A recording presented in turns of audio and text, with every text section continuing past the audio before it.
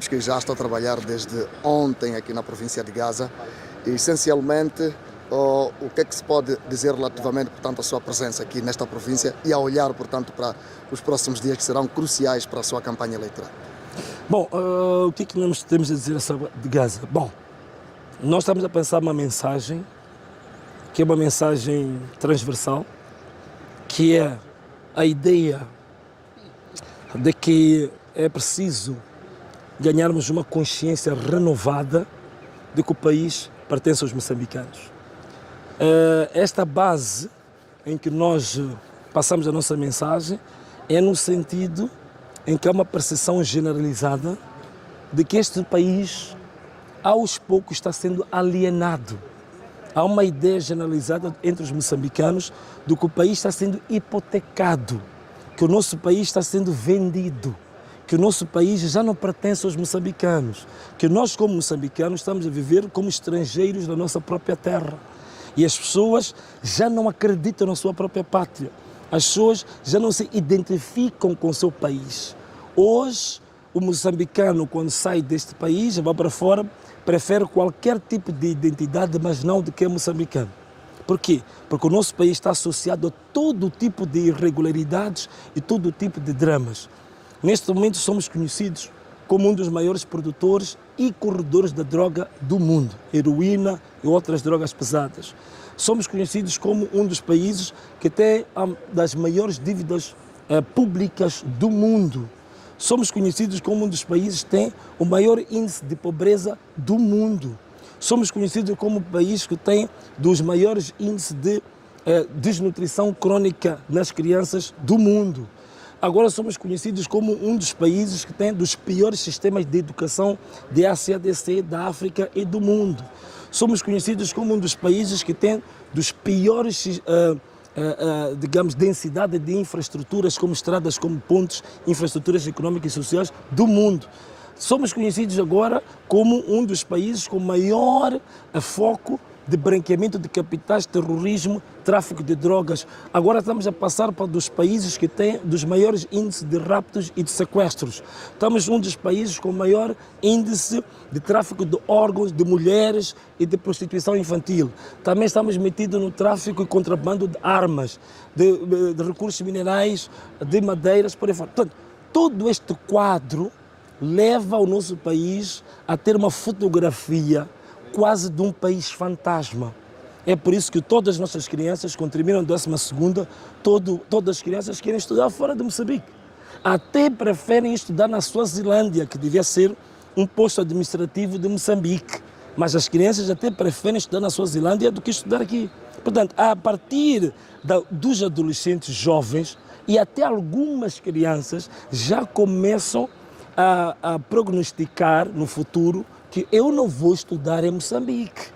Neste país eu não estudo, neste país eu não me formo, neste país eu não vou trabalhar. Quer dizer, o sentimento pátrio, o sentimento de identidade com a pátria, neste momento está desmoronado. Neste momento é uma muralha sinistrada. Então é preciso, antes de nós começarmos a apresentar o manifesto, recuperar esta identidade de sermos moçambicanos, a esperança de que de fato temos uma pátria que temos que nos identificar com ela, porque esta é a primeira base. Quando nós conseguirmos fazer isto, já poderemos começar a implementar políticas públicas para a saúde, para a educação, para a economia, para a cultura, para o turismo e outro tipo de áreas. Então esta é a base. Esta mensagem é válida em Cabo Delgado, em Nampula, em Gaza e em Mbane. Essa imagem é a mensagem geral que estamos a falar. Outra mensagem também geral é a mensagem de que é preciso fazer a chamada descentralização orçamental e a descentralização da política fiscal. O que isso quer dizer?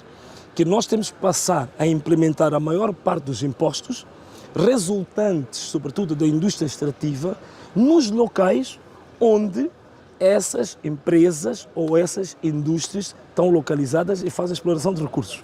Isto vai mudar muito a história deste país, não o que está a acontecer agora, que os recursos são explorados, nas regiões de exploração destes recursos, a miséria é total e todos os impostos vão a nível central. Portanto, esta é a ideia que estamos a trazer e que as pessoas estão a gostar, porque não obriga há nenhum endividamento do país, não obriga a ir ao FMI, ao Banco Central, ao Banco Mundial, apenas é uma nova reorganização da maneira como nós gerimos o dinheiro que temos. O dinheiro que nós temos agora em Moçambique é possível, bem gerido, levar este país a sair da cauda dos 3 mais pobres do mundo para as 50 nações mais prósperas do mundo.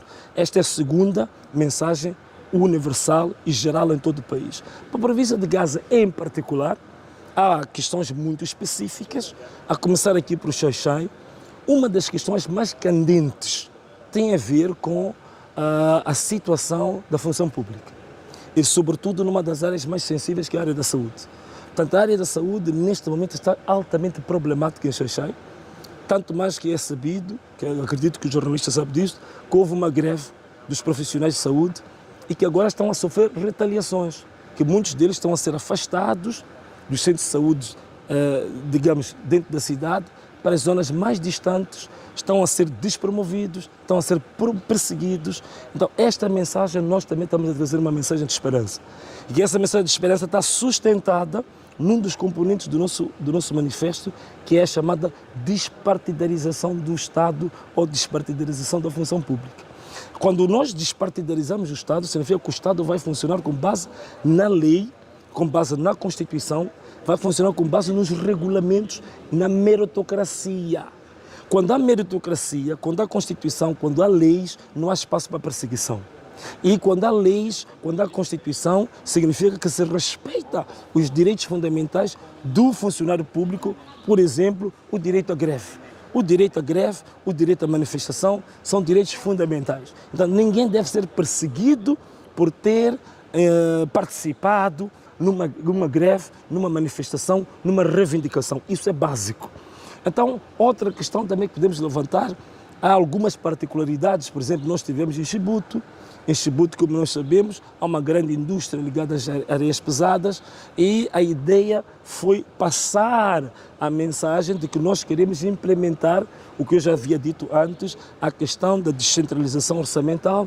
Queremos que parte dos impostos, da tributação resultante dessas indústrias, se reverta em desenvolvimento local, em plano de desenvolvimento econômico e social local, mas também a capacitação dos jovens nestas indústrias tem que ter centros de formação profissional que permitam que boa parte da mão de obra dessas indústrias possa ser nacional, de jovens locais, de jovens de Chibuto, que possam, digamos, prestar os seus serviços e poder sustentar as suas famílias. Portanto, temos vários exemplos. Agora estamos a ir a Mansingir, que, você sabe, uma das questões básicas é o conflito homem-animal, que é uma coisa básica.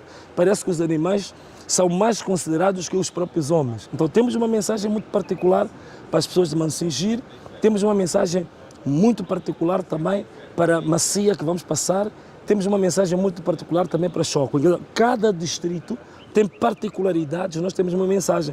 Nós tivemos em Manjacasa, por exemplo, sabe, Manjacasa é um distrito histórico, é um distrito que é conhecido como repositório de uma riqueza cultural, de uma riqueza histórica muito grande, e passar a ideia de que temos que acabar com esta fama de que este é o bastião do partido no poder. E as pessoas não podem se deixar enganar apenas com esta narrativa doce, enganosa, atrativa, durante 50 anos a ser um bastião, mas um bastião que tem dos maiores índices de pobreza do país, que estão em completa miséria, que há desemprego, que a população está desesperada, não há desenvolvimento absolutamente nenhum. Então é preciso tirar as pessoas desta narrativa de serem bastião de um partido, passarem a ser bastiões do desenvolvimento, passarem a ser bastiões da prosperidade, serem bastiões da boa gestão pública, serem bastiões do bem-estar da população. Então é isto que nós estamos a trazer. E também com a imagem, a mensagem que estamos a trazer de que o projeto iniciado por um dos filhos desta terra, que é Eduardo Mondlane, que era o projeto, digamos, de Moçambique ser primeiro para os moçambicanos, esse projeto foi interrompido logo depois da independência. Então nós estamos disponíveis a resgatar o projeto original, o projeto genuíno começado por Eduardo Mondlane e dar seguimento. E foi uma grande euforia a população de Manjacás ouvir esta mensagem. Está eufórica, está vibrante, emocionada e foi realmente um grandíssimo sucesso e nós estamos de fato muito satisfeitos com o desempenho que estamos a ter até este momento. Não diga que foi por isso que o engenheiro Venâncio preferiu logo a priori entrar em Gaza, começando por Manjacás. Sim, também por causa das razões históricas, das razões culturais e também porque sentíamos que havia uma necessidade de iniciar, porque isto é um processo, como deve saber, que levou 50 anos, meio século, então é um processo educacional, de formação cívica, que temos que continuar a fazê-lo. Mas, de fato, Manjacás foi estratégico, justamente por essas razões, porque é um dos maiores repositórios dessa narrativa de manipulação psicológica da população. Alguma mensagem específica, sabendo que já sexta-feira, ou seja, meia-noite, portanto, sábado começa a campanha eleitoral e há muita gente que, por saber que Venâncio Mondlane vai concorrer como independente, sem o suporte daquele que é, portanto, o seu braço fundamental, que é a CAD. Alguma mensagem especial? Bom, a mensagem especial, primeiro, é que queria dizer que amanhã, quarta-feira, quarta-feira, dia 21, nós vamos anunciar o novo partido que vai suportar a minha candidatura e o partido que a CAD vai passar o testemunho para este partido, como se tivéssemos uma prova de estafeta, em que os atletas passam testemunho depois de cada 100 metros. Então a CAD vai passar o testemunho para uma organização política na qual eu também me associaria a ela e vou endossar o meu apoio a ela e ela vai suportar a minha candidatura. Isso já amanhã. Mas também queríamos deixar já agora uma mensagem para todo o povo moçambicano, que nós temos uma oportunidade única, uma oportunidade soberana de mudarmos a história deste país.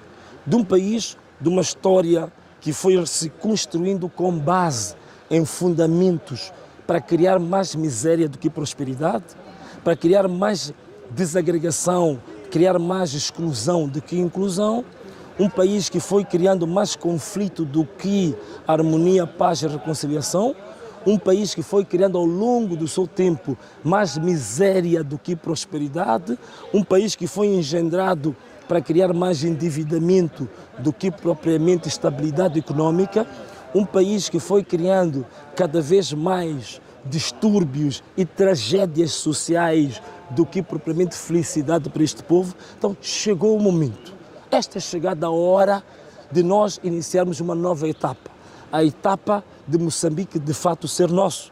Por isso que a gente diz que este país é nosso e depois dizemos a quem nos ouve, a quem nos assiste, que salve Moçambique, que você que está aí.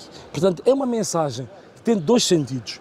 Primeiro, sentirmos que o país é nosso, recuperarmos o orgulho de sermos moçambicanos. Segundo, cada um de nós participar ativamente para a salvação de Moçambique. Porque Moçambique já não está na fase de ser resgatado. Nós resgatamos algo quando nós sabemos que ainda há um remanescente, há alguma coisa que restou, que podemos resgatar e depois, a partir disso que restou, nós fazermos crescer. O problema é que agora já se destruiu o país todo, está-se a alienar o país, está-se a vender o país aos pedaços. Já agora vendemos Cabo Delgado, agora também já estamos a vender o Porto de Nacala. Agora já vendemos boa parte das nossas praias. Agora já vendemos o nosso gás, o nosso petróleo, os nossos rubis, o nosso ouro. Está sendo vendido as nossas florestas também agora. Portanto, o país todo como se estivesse num leilão internacional. Portanto, é preciso parar com isso e começarmos uma nova etapa, uma nova história. Por que não? Uma nova independência. A verdadeira independência de Moçambique, essa ainda está por vir. E você aí em casa e eu aqui, nós juntos podemos fazer com que Moçambique seja verdadeiramente independente sob o ponto de vista econômico, sob o ponto de vista social e também, por que não, sob o ponto de vista político. A verdadeira independência de Moçambique vai chegar comigo e contigo. Venâncio Mondlane, uma pergunta que não quero calar, só uns minutinhos ou uns segundos. Anunciou aqui que amanhã, quarta-feira, oficialmente vai também anunciar o partido que vai suportar a sua candidatura. Os moçambicanos estão muito interessados em querer saber. Podem-nos avançar pelo menos o nome. É facto que os moçambicanos também lhes interessa bastante de ouvir. Não, a juventude, sobretudo, está muito preocupada, portanto, em querer não, saber se isso vai olha, acontecer. curiosamente, meu caro amigo, é que eu não sou presidente da CAD, como sabes. Quem vai fazer esse anúncio é o presidente da CAD, que é a CAD que sabes que apoiou e apoia a minha candidatura. Então eu vou deixar que o próprio presidente da CAD faça esse anúncio, porque cabe ao partido CAD, à coligação CAD, fazer esse anúncio público. Mas é pouco tempo. Amanhã, pontualmente, 16 horas, 16h30, no distrito da Manhissa, penso eu, espero não estar enganado, vai ser feito esse anúncio pela CAD. Portanto, a CAD é que vai fazer isso. E é só mais um bocado. Já daqui a Interessava pouco bastante que fosse em Gaza. Já que está aqui, depois disse as primeiras palavras sobre este assunto, seria muito bonito. Seria, mas bom, houve um consenso que fosse em Manhissa e assim será. Mas diga uma coisa também, em função ou à luz da lei, ainda há tempo, à luz da Constituição da República, à luz da lei, ainda há tempo para que Venâncio Mondlane seja suportado por um outro partido? Sim, olha, em termos da lei, rigorosamente, as candidaturas são independentes. Por quê? Porque a única coisa que a lei obriga são 10 mil assinaturas. Na verdade, eu sou candidato, sendo sincero, eu e os outros concorrentes, nós não somos candidatos dos partidos que anunciamos. Nós somos candidatos das 10 mil pessoas que assinaram aquelas fichas para suportar a nossa candidatura. Porque na lei não há nenhum requisito que a pessoa apresente o partido que o suporte. Apenas de forma convencional é que nós dizemos isso publicamente. Mas do ponto de vista estrito, oficial, do ponto de vista legal, não há nenhuma obrigação de associar um candidato a um partido. Mas nós fazemos isso politicamente apenas. Portanto, não há nenhuma limitação, não há problemas. Obrigado. Muito bem. Então, assim, nós chegamos ao fim dessa transmissão. Com um forte abraço a todos que estão aí em casa. Um forte beijo e tchau!